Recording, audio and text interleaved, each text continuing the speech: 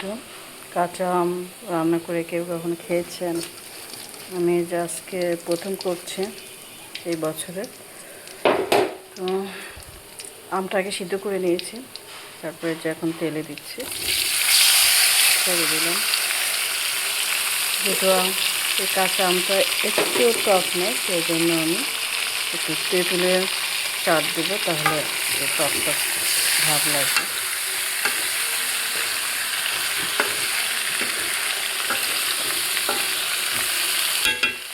সেই ঘ্রাণ আসছে।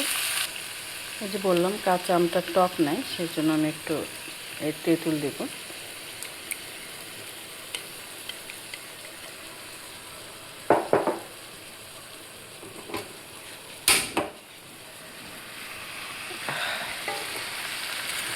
সেটা হালকা টক টক হয়, একদম পান খেতে ভালো লাগে না।